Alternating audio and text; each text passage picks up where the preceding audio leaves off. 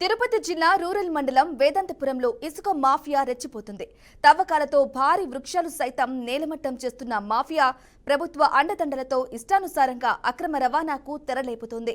గత వైసీపీ ప్రభుత్వం హయాం నుండి తవ్వకాలను కొనసాగిస్తున్నా ఎలాంటి చర్యలు చేపట్టడం లేదని స్థానికులు ఆరోపిస్తున్నారు. పైగా తవ్వకాలకు సంబంధించిన భూ యజమానిపై దాడులు, వ్యక్తిగత దూషణలకు పాల్పడుతూ బెదిరించి మరీ ఇసుకను తరలిస్తున్న తీరు సమీపకులను నివ్వెరపారుస్తోంది. రాజకీయ అండదండలతో రెచ్చిపోతున్న, బరి తెగిస్తున్న ఇసుక మాఫియా నుండి రక్షణ కల్పించాలంటూ స్థానికులు డిమాండ్ చేస్తున్నారు.